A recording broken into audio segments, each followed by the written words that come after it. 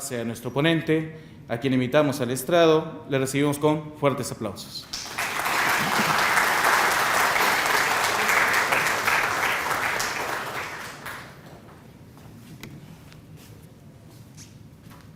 Ya está. Sí, está bien, me parece bien. Tengan todos ustedes muy buenas tardes. Mis primeras palabras es de agradecimiento a los organizadores, a la señora representante, a la doctora representante de la Facultad de Derecho de la Universidad Privada del Norte y a todos ustedes por su grata presencia. Mi saludo también a las autoridades de la región liberteña. Y antes de empezar con nuestra conferencia, con nuestro diálogo sobre el rol del Tribunal Constitucional en esta coyuntura y su desarrollo jurisprudencial como órgano supremo o el supremo intérprete de la Constitución, me gustaría brevemente comentarles algunas anécdotas también en mi presencia. Bueno, como se ha señalado, soy liberteño, estudiaba en la Universidad Nacional de Trujillo, pero tengo bastante identificación con la Universidad Privada del Norte, porque hace 23 años me inicié en la docencia en la Universidad Privada del Norte, precisamente en la sede de la Avenida del Ejército.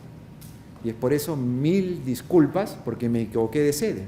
Yo siempre creía que la UPN estaba en la Avenida del Ejército. Entonces de ahí inmediatamente me he trasladado aquí, porque no sabía que tenían ustedes un hermoso local también.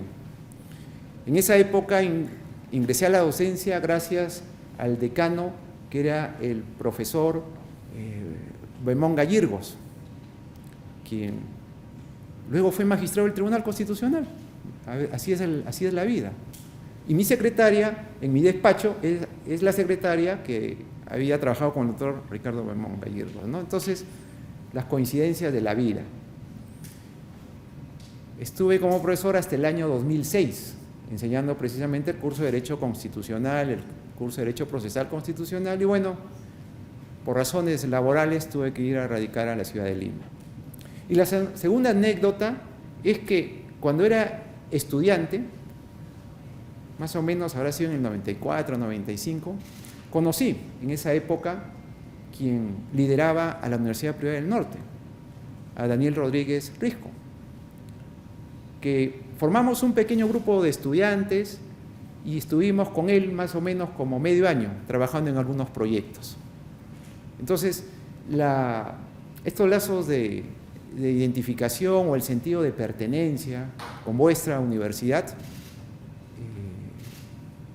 originan en mí una gran satisfacción, alegría y entusiasmo de estar nuevamente presente aquí en la Universidad Privada del Norte.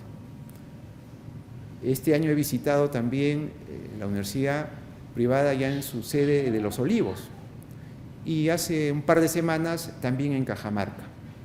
He conocido también las instalaciones y a las autoridades y hemos tenido pues un diálogo fraterno, alturado, que como corresponde en la vida académica. Pues bien, dicho esto, vamos a entrar de lleno ya al tema que nos convoca, que es el Tribunal Constitucional y su desarrollo jurisprudencial como órgano de intérprete. Bueno, para ello tendríamos que dar respuesta a tres interrogantes sobre la naturaleza de este órgano constitucional de cierre.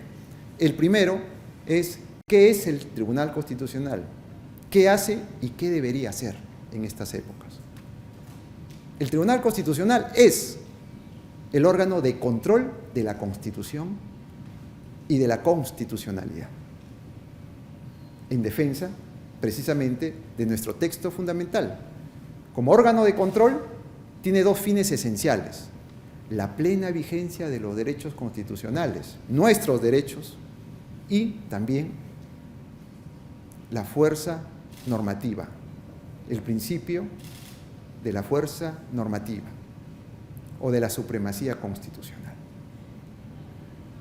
Así de sencillo podemos nosotros acercarnos al Tribunal Constitucional. ¿Y qué hace?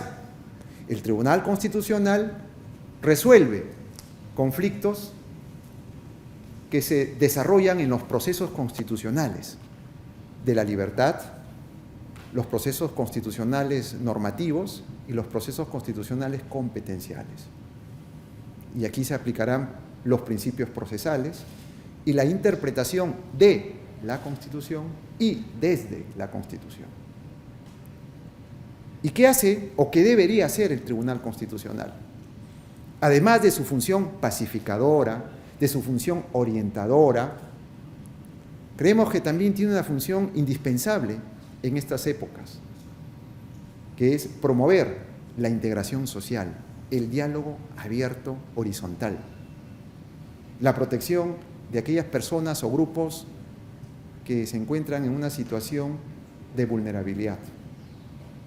Entonces, el Tribunal Constitucional tiene un rol capital en el desarrollo del sistema jurídico en el país. El Tribunal Constitucional, también debería quedar claro, no solamente es un órgano jurídico, sino también un órgano político, en el buen sentido de la expresión. Porque la política es una actividad relacionada con los actos de gobierno, es una actividad de todos nosotros cuando participamos activamente a través del derecho a elegir y ser elegidos, o a través de los mecanismos de democracia directa o semidirecta, llámese referéndum, iniciativa legislativa, rendición de cuentas, etc. Entonces, la política es consustancial al ser humano. Y además, porque nuestros fallos tienen consecuencias económicas, sociales y políticas. Entonces, el Tribunal Constitucional es un órgano político y jurídico. Nació políticamente a través del Congreso, a través del órgano constituyente, y luego la Constitución tiene esa naturaleza vinculante como norma jurídica. Es una norma jurídica propiamente dicha. Entonces, esta característica que lo podemos recoger en la doctrina, como el maestro azteca Fix Zamudio, quien señala que este binomio acompaña al origen, formación y desarrollo del Tribunal Constitucional. En consecuencia, los miembros del Tribunal Constitucional no solamente tienen que conocer materia constitucional, sino también tienen que tener un sentido político de la vida, porque la política es consustancial al ser humano.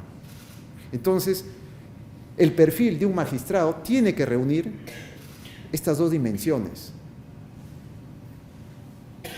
Claro, eso significa que no podríamos formar un partido político o integrar un partido político. Y esto no quiere decir que los partidos políticos sean el lado negativo o el lado oscuro de cualquier organización. Lo que como magistrados somos políticos, pero en este momento somos apartidistas. No deberíamos integrar ni formar ningún partido político cuando estamos en el cargo. Entonces, esta naturaleza del Tribunal Constitucional nos permite conocer su organización, sus atribuciones y funciones, y sobre todo, el tratar de resolver aquello que es más importante para nuestras vidas, la libertad, nuestros bienes. Eso es una posición humanista, una posición acorde con la justicia, porque se inventó el Estado, se inventó el derecho, se inventó la economía, se inventó el Tribunal Constitucional como medios o instrumentos del ser humano, eje y centro del planeta. Todos nosotros somos los seres más especiales de este planeta y requerimos protección cuando alguien vulnera o amenaza nuestros derechos fundamentales. Ahí se activan, por supuesto, los mecanismos que conforman la jurisdicción constitucional. Y será, en buena cuenta, este Tribunal Constitucional, o en otros países llamado Sala Constitucional o Corte de la Constitucionalidad, quienes deben estar presentes y poder cumplir con esos dos fines esenciales que habíamos señalado. En el siglo XVIII, con la Declaración de los Derechos del Hombre y del Ciudadano en su artículo 16, prescribe lo siguiente: una sociedad carece de constitución si no regula los derechos fundamentales y la separación de poderes. Esto es, la Constitución de la libertad y la Constitución orgánica. En el siglo XIX aparece el control difuso y en el siglo XX aparecen los tribunales constitucionales. Y será después de la Segunda Guerra Mundial que se van a proliferar este tipo de órganos especiales, porque tienen que proteger al ser más especial del planeta. Entonces aparece lo que se llama la jurisdicción o el constitucionalismo moderno y contemporáneo. La Constitución, después de la Segunda Guerra Mundial, tiene un carácter significativo. Fíjense ustedes que el primer artículo de la Ley Fundamental de Bonn, o la Constitución alemana, establece en su último párrafo que los derechos fundamentales o constitucionales vinculan a los poderes públicos y son de aplicación inmediata y directa. Esto significa que la Constitución es una norma jurídica vinculante y no solamente genera derechos, sino también obligaciones y deberes del Estado y de nosotros con los demás y con las organizaciones o poderes públicos. Entonces, la Constitución no solamente es una norma política, es una norma jurídica. Y aquel que vulnera o realiza actos contra la Constitución serán sancionados, ya sea políticamente o a través de los cauces del derecho penal y otras disciplinas sancionadoras. Entonces, miren, este esquema nos permite saber hoy, siglo XXI, qué es lo que podemos entender sobre el Tribunal Constitucional. Y una característica importante de nuestro siglo, de nuestro tiempo, es el constitucionalismo jurisprudencial. Si en el siglo XVIII inició el constitucionalismo histórico, el constitucionalismo liberal, en el siglo XX el constitucionalismo social y después de la Segunda Guerra Mundial el constitucionalismo contemporáneo, hoy, siglo XXI, con propiedad y de manera tajante podemos decir que estamos en un constitucionalismo jurisprudencial. Esto significa que no solamente al momento de aplicar el derecho y utilizando cualquiera de las interpretaciones, no solamente se tiene que tener en cuenta la norma, la ley, el texto legal, no solamente se tiene que tomar en cuenta el contexto, la realidad, sino también la jurisprudencia. Es decir, la ley como fuente primaria también tiene que convivir, coexistir con la jurisprudencia, como fuente ahora de derecho para nosotros.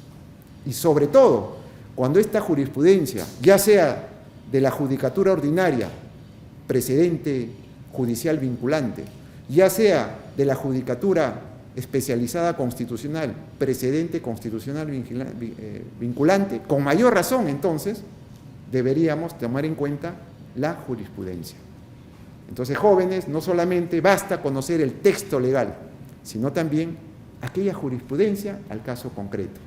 Eso es lo que denominamos constitucionalismo jurisprudencial. ¿Y por qué recién en el siglo XXI, si el Tribunal Constitucional aparece con la Constitución del 79? Es que todo producto humano tiene que ir madurando con los años. Y además porque el siglo XXI, que se retoma la democracia, la gobernabilidad democrática, entonces los mayores esfuerzos estuvieron dirigidos a cómo mejoramos las instituciones jurídicas y sobre todo aquellas que son tutelares.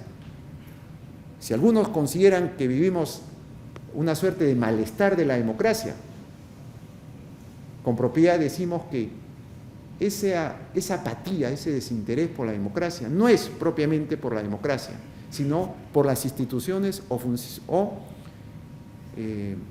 organismos que integran la democracia. ¿Cómo funcionan nuestras instituciones? Ahí probablemente encontremos ese grado de crisis o de inestabilidad. Entonces, es importante la aplicación de la jurisprudencia constitucional. Dicho este marco, para poder ahora sí señalar que la Constitución no solamente es el órgano supremo, porque así lo señala nuestra lex fundamentales, sino porque también corresponde a su propia naturaleza. Es por eso que todas las instituciones relevantes en nuestro país tienen que estar en la Constitución. Si nosotros quisiéramos saber cuál es la estructura orgánica y funcional de los poderes públicos o de los organismos constitucionales, debemos acudir a la Constitución. Ahí me dicen cuántos poderes somos, 3, 4, 5, 6, ahí está la estructura orgánica. Y si quisiéramos saber cuáles son nuestros derechos fundamentales, constitucionales, acudimos a la Constitución. Pero a diferencia de los poderes públicos, aquí hay un tratamiento interesante sobre los derechos fundamentales. El derecho a la vida, el derecho a la identidad, el derecho a la igualdad, el derecho a la educación y recientemente el derecho al agua potable. La particularidad es que no solamente vamos a ejercitar y aplicar los derechos que literalmente se encuentran en nuestra Constitución, derechos enumerados, artículo 1, artículo 2 y siguientes. No solamente deberíamos tomar en cuenta al momento de la interpretación, sino también aquellos derechos que no se encuentran en la Constitución, pero se derivan del ser humano. Aquellos derechos no enumerados, pero se derivan de la dignidad del ser humano, de la forma republicana de gobierno, del principio de soberanía popular, del Estado democrático de derecho según el artículo 3. Y es por eso que el Tribunal Constitucional, en estos 30 años de desarrollo, ha ido reconociendo derechos que no se encuentran en la Constitución, pero que merecen algún reconocimiento con el objeto de no solamente conocerlo, sino también saber su ámbito de acción. Y así ha ido reconociendo el derecho a la protesta, el derecho al desarrollo de la personalidad, el derecho a la dignidad humana, el derecho al agua potable, que luego fue reconocido y originó una reforma en la Constitución. Y hace poco, el actual Tribunal Constitucional ha reconocido 3 derechos: el derecho social de acceder a la energía eléctrica, el derecho al olvido y el derecho a la democracia. En consecuencia, los poderes públicos están en la Constitución, sus atribuciones y funciones están en la Constitución y no en otro lugar. Y además, los derechos constitucionales se ubican en la Constitución, pero también pueden estar fuera de la Constitución. Ese esquema también hay que tenerlo presente al momento de realizar esa operación intelectual con el objeto de comprender el sentido de la norma que debemos interpretar. El Tribunal Constitucional es, como todos nosotros, un intérprete de la Constitución. Todos nosotros interpretamos nuestra Carta Magna. Si todos podemos interpretar, y como somos seres humanos complejos, porque así es el ser humano, podemos tener ideas discrepantes, opiniones diversas. Entonces, si esto es así, ¿quién podría dar solución? ¿O qué interpretación debería ser la correcta? Y ahí aparecen entonces los órganos jurisdiccionales, el Poder Judicial, el sistema de arbitraje o el sistema constitucional con los tribunales, salas y cortes constitucionales. Entonces ahí aparece este órgano imparcial para imprimir su interpretación, que podría coincidir con algunos y con otros no, porque esa es la interpretación. Alguna vez se le preguntó, un cliente preguntó al abogado, quisiera saber si tenemos la razón. Y este abogado voltea y le dice, acá tiene su estante de libros, de aquí para este lado te dan la razón y de aquí a la derecha no te dan la razón, porque así es el derecho. Ese es producto de un derecho dinámico, no estático, en pleno desarrollo en función a los contextos o en función a lo que algunos llaman constitución cultural. Fíjense ustedes, hace 60 años no había Internet. ¿Quiere decir que no existía el derecho al Internet? Lo que pasa, los derechos son atribuciones inherentes al ser humano, están en nosotros. Lo que hace el Estado es reconocer, no inventar, no crear, sino reconocer los derechos. Y es por eso que hace poco se ha modificado la Constitución en septiembre sobre el derecho al Internet o el acceso al Internet. Entonces, eso es evolución, eso es desarrollo espiral, recoger lo viejo bueno a lo bueno nuevo. Y eso es el esquema del cúmulo de derechos y sus generaciones. Entonces, el Tribunal Constitucional se convierte en el intérprete para solucionar ese conflicto de interpretaciones. Y como tal, el máximo intérprete, porque en esta vida hay alguien que tiene que siempre decidir. Siempre nosotros debemos decidir. La vida nos enseña a elegir. La vida nos enseña a que nos controlen y que tengamos una cuota de poder, porque el poder no es malo, lo malo es el abuso del poder. Entonces, ante esa complejidad de la experiencia humana, de la experiencia de la sociedad o del fenómeno democrático, aparece el Tribunal Constitucional como máximo y supremo intérprete. Ustedes, para poder ingresar aquí a este lindo auditorio, no han entrado por la ventana, por arriba, sino por la puerta. Ese es sentido de ubicación. Lo mismo, para interpretar debemos entrar por la puerta que se llama Constitución. Y no porque la Constitución o el derecho constitucional sea lo más importante en esta vida. Toda la disciplina del derecho son importantes. La situación es estar ubicados en ese ordenamiento jurídico. Y eso también hay que tener presente al momento del quehacer interpretativo.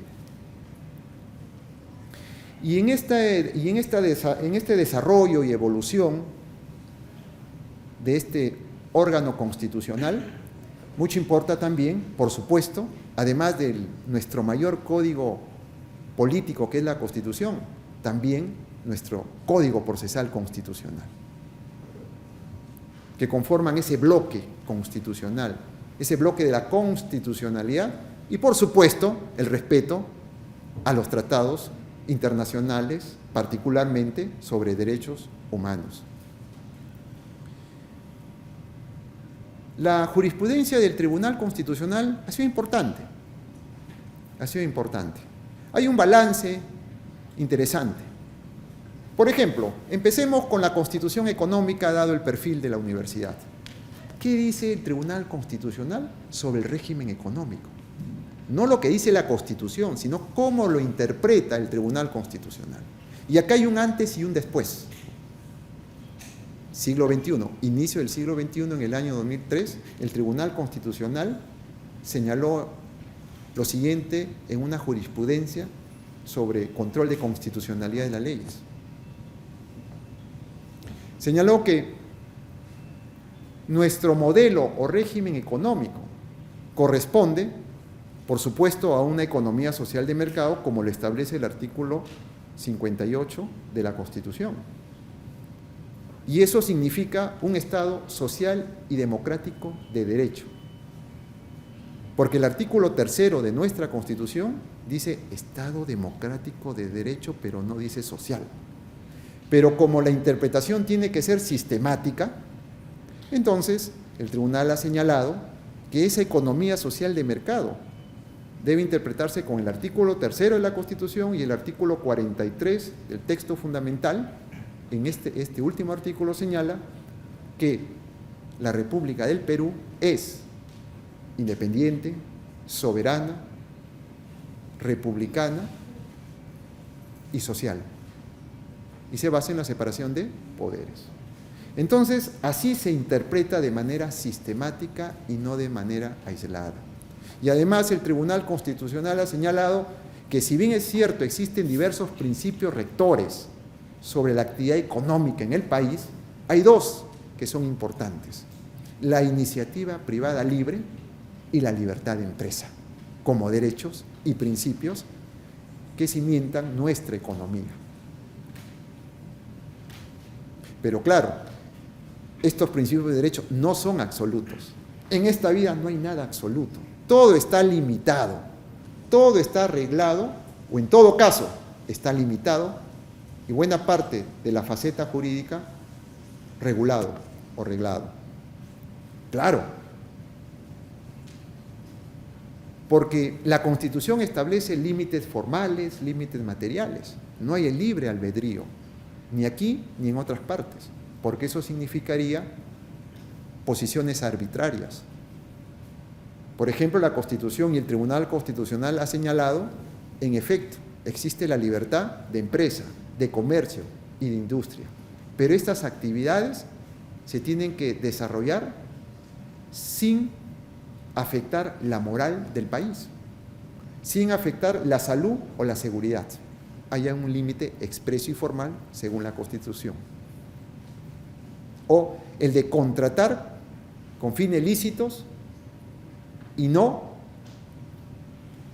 atentando contra el orden público, por ejemplo. Entonces, la Constitución y la jurisprudencia constitucional nos enseña que en esta vida hay límites tanto para los derechos como para los principios. Y señala, pues, el Tribunal Constitucional que la exégesis del régimen económico constitucional en nuestro país apunta hacia el bienestar social, hacia el bien común, según la interpretación del Tribunal Constitucional. Esto es un antes y un después del régimen económico. También en el año 2004, el Tribunal Constitucional hace una interpretación extensiva a favor de los derechos fundamentales.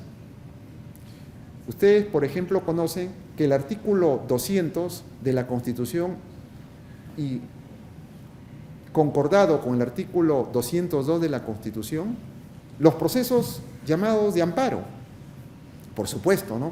El habeas corpus protege la libertad individual, el habeas data dos derechos, el derecho de acceso a la información y de autodeterminación informativa, y el derecho competencial, que protege el derecho a la eficacia o efectividad de las normas legales o actos administrativos.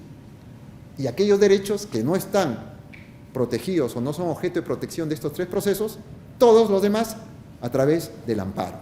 Pues bien, también ese artículo señala que el proceso de amparo no procede contra normas legales o resoluciones que provengan de un procedimiento regular. Es decir, una sentencia. La sentencia es la decisión natural y final de un proceso. No puede ser impugnada si esta sentencia es producto del respeto de los principios de derecho del debido proceso, tutela procesal efectiva. Y según la Constitución y según el Código Procesal Constitucional, estos dos cuerpos normativos literalmente señalan, por ejemplo, que solo los procesos de la libertad, es decir, amparo, habeas corpus, habeas data y de cumplimiento, las sentencias denegatorias, cuando una sentencia es declarada, por ejemplo, infundada, ahí procede el recurso de agravio constitucional ante el Tribunal Constitucional para acceder a este órgano constitucional. No puede ser directamente, sino tiene que haber un proceso constitucional en sede judicial. Así dice la Constitución, literalmente hablando, porque así fue el espíritu del legislador, del constituyente, es decir, quien creó esa norma. Entonces, una forma de interpretar es, busquemos el sentido de interpretación de quien creó esta norma, que dice que los amparos, o mejor dicho, el recurso de agravio constitucional, sí procede contra sentencias denegatorias. ¿Quedó claro? Es una interpretación literal y de acuerdo y conforme con la Constitución. Sin embargo, el Tribunal Constitucional luego señaló en su jurisprudencia que sí procede, señores, a pesar que la Constitución dice que el recurso de agravio constitucional no procede contra sentencias, o procede, perdón, contra sentencias denegatorias, el Tribunal Constitucional en un fallo ha señalado que aunque tu sentencia sea estimatoria, es decir, te declaren fundada tu derecho, tu pretensión, a pesar de ello, sí puedes interponer un recurso de agravio constitucional. En 3 casos, lavado de activo, narcotráfico y terrorismo. O sea, una interpretación contraria al espíritu de la norma constitucional. Felizmente, eso ya ha sido superado con el actual Tribunal Constitucional, de acuerdo, por supuesto, con el texto fundamental.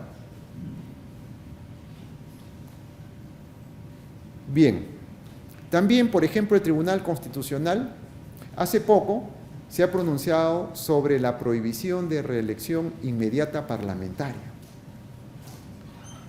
Es decir, en el año 2019 se modificó el artículo 90 de la Constitución, o en todo caso, se agregó un artículo 90-A, que señala que un congresista no podría postular nuevamente terminado su periodo congresal.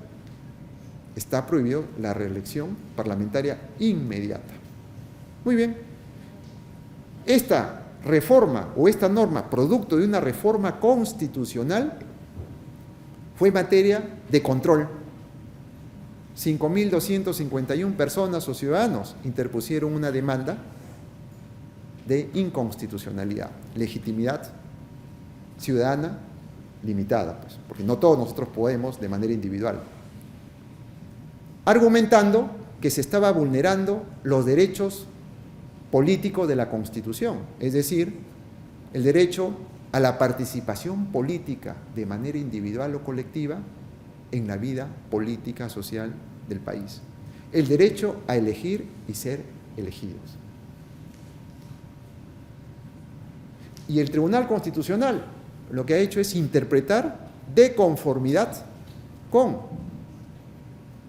la Constitución, en el sentido que no hay ningún vicio de constitucionalidad o de inconstitucionalidad, no lo hay.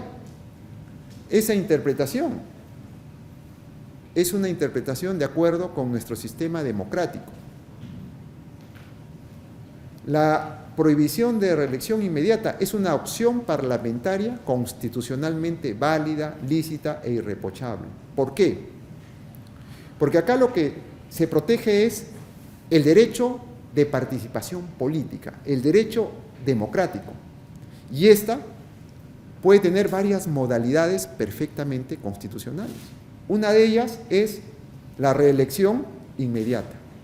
2, la prohibición de reelección inmediata. O incluso la reelección por un periodo adicional y luego el siguiente ya no podría reelegirse. Son opciones válidamente democráticas. En ningún momento se está vulnerando un derecho. No existe el derecho a la reelección. Para ser más claros, la Constitución establece la unicameralidad. Somos un Congreso de una sola Cámara. Podríamos ser también un Congreso de 2 cámaras. Ambas opciones son constitucionalmente válidas. Ambas tendrán virtudes, ambas tendrán errores, pero forman parte del espacio democrático donde nos desarrollamos.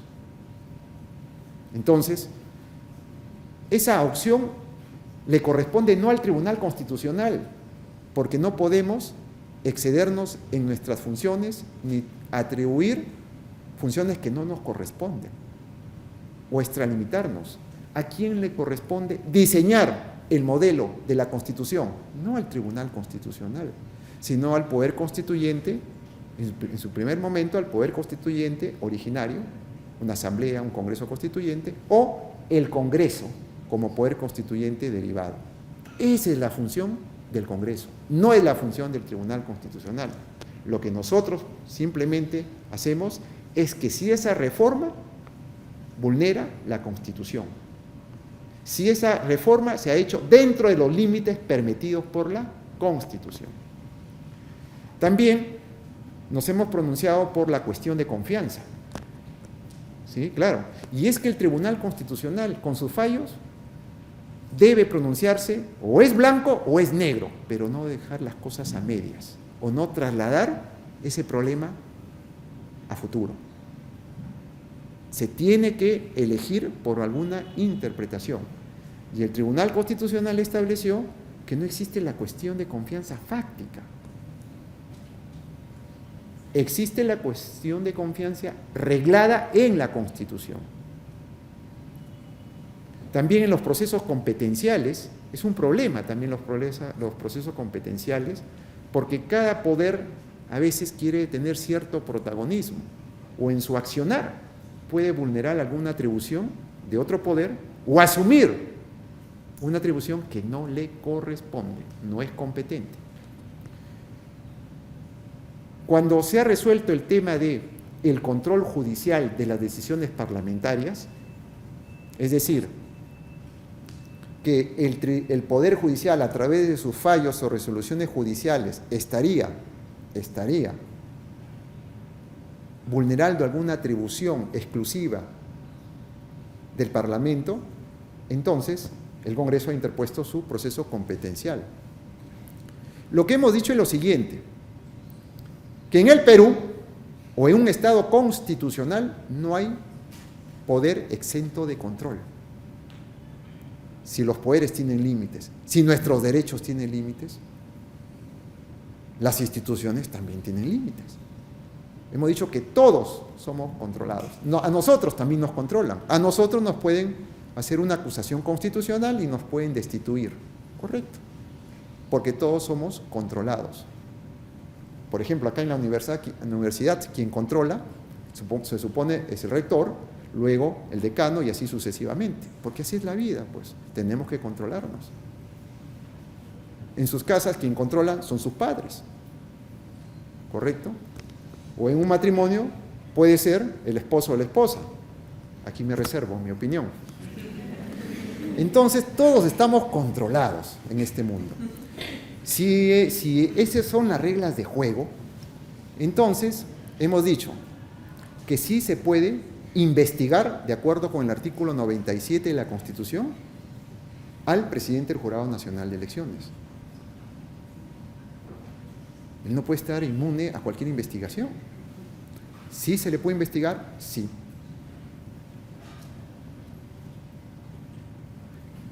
Ahora, si dentro del desarrollo de la investigación, eso también se ha dicho, se le vulneraría algún derecho del debido proceso, ahí sí puede interponer su proceso de amparo. Así. En ningún momento hemos dicho que el Congreso es el superpoder. Simplemente hemos dicho que el Congreso tiene la atribución de investigar, de iniciar procedimientos investigatorios. ¿Sí? Porque con esa lógica contraria diríamos que no, hay funcionarios que nadie los puede investigar. No, pues eso no puede ser un Estado constitucional.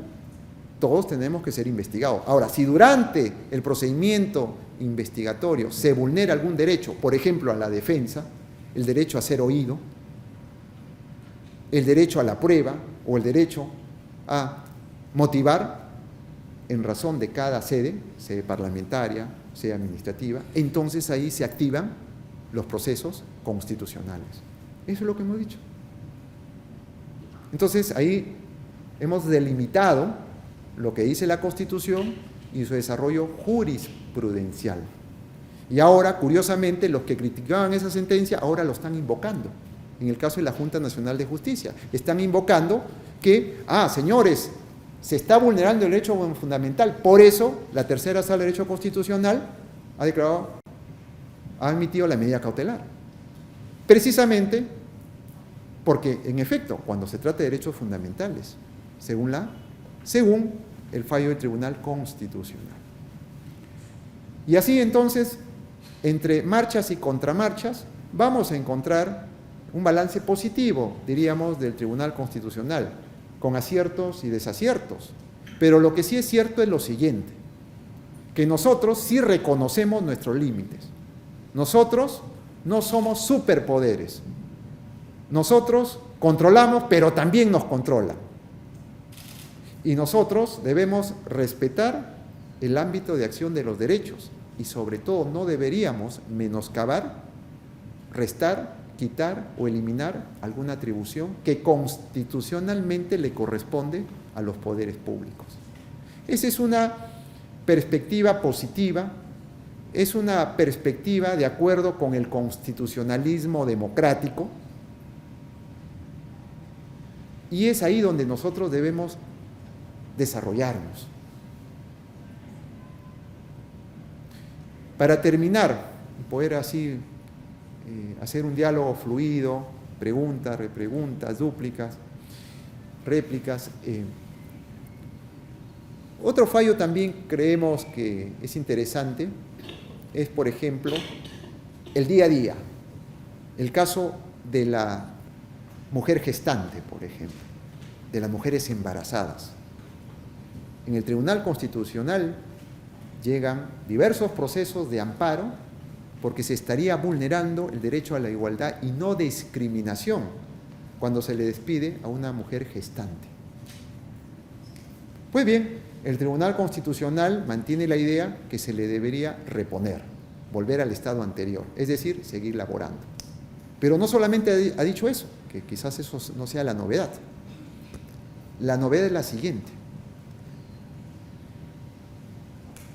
Y aquellos meses o años que ha dejado de trabajar por este despido, aquello que ha dejado de percibir su remuneración, entonces esta persona, una vez declarada fundada la demanda, tendría que iniciar un proceso laboral. Imagínense una tortura más, iniciar todo un proceso laboral para que le reconozcan sus remuneraciones. Entonces el Tribunal Constitucional, por primera vez en su historia, ha fallado lo siguiente. Además de declarar fundada la demanda de amparo y volver al estado anterior, es decir, volver a su trabajo, también ha ordenado el pago de remuneraciones devengadas y sus intereses. Eso es un signo de justicia. Con ello, la mujer gestante, ahora ya no, entonces ya no podría activar ningún proceso laboral. ¿Sí? Entonces, por ejemplo, eso es pensar en el principio de preferencia de los derechos fundamentales. Entonces, así, estamos utilizando estos mecanismos de interpretación para poder darle sentido a la Constitución. Que también debe quedar claro que no debemos tomar posiciones extremistas, es decir, interpretación de los derechos fundamentales al extremo, porque también se puede abusar de la interpretación, así como tampoco en esa balanza que los poderes públicos estén por encima de los derechos. La idea es ese equilibrio armónico,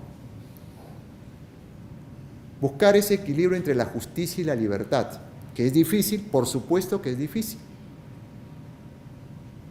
Pero felizmente somos por ahora 6 magistrados, porque 6 pensamos mejor que 1 y 2. Entonces, la mecánica, la dinámica del derecho constitucional nos enseña que deberíamos hacer una interpretación sistemática, interpretación histórica, teleológica, institucional, de preferencia a los derechos fundamentales de acuerdo al caso, ¿sí? Una interpretación pro homine a favor de los derechos fundamentales, pero también con el principio de supremacía de la Constitución y el principio de separación de poderes. En el Perú se ha estudiado bastante los derechos, poco se ha estudiado los deberes que tenemos nosotros. Y corresponde ahora, sí, lo más probable es que mejoremos, optimicemos estas relaciones ejecutivo-legislativo o estas relaciones entre los poderes públicos. Porque en el Perú ya no hay esa clásica división de poderes en tres. No es así. En el Perú existe una pluralidad de poderes estatales. Sí, en efecto. No hay primero, segundo, tercero ni cuarto poder o poder de tercera. No hay. En el Perú, además de los que ustedes ya conocen, el poder legislativo, el poder judicial y el poder ejecutivo, hay otros poderes. Por ejemplo, el poder constitucional que recae en el Tribunal Constitucional. El poder fiscal, el Ministerio Público. El poder de la persuasión en la Defensoría del Pueblo. El poder de nombrar magistrados en la Junta Nacional de Justicia. Y así sucesivamente. Poderes que no están en una ley, poderes que no están en una norma infraconstitucional, sino precisamente en el texto constitucional. Entonces, ese equilibrio de poderes debe darse ahí, en términos de la Constitución, y corresponderá al Tribunal Constitucional dar respuesta cuando existen conflictos de competencia, sin atribuirle mayor poder a otro. Y cuando derechos constitucionales se trata, tampoco no un derecho por encima de otro derecho. Entonces, jóvenes, esto es más o menos el quehacer constitucional, esto es más o menos el sentido interpretativo de los fallos del Tribunal Constitucional. Y creemos que falta mucho por hacer, pero también tenemos confianza que en épocas venideras se va a ir mejorando la jurisprudencia, y eso requiere el concurso de todos nosotros, de los profesores, de los alumnos, de las autoridades, por alcanzar, para algunos, ahora se habla, para algunos constitucionalistas, la felicidad constitucional. Pero bueno, lo importante es el desarrollo de la persona como fin supremo de la sociedad, del Estado, del derecho, de la economía y de todas las disciplinas o instituciones que conforman el Estado, en este caso el Estado peruano. Gracias.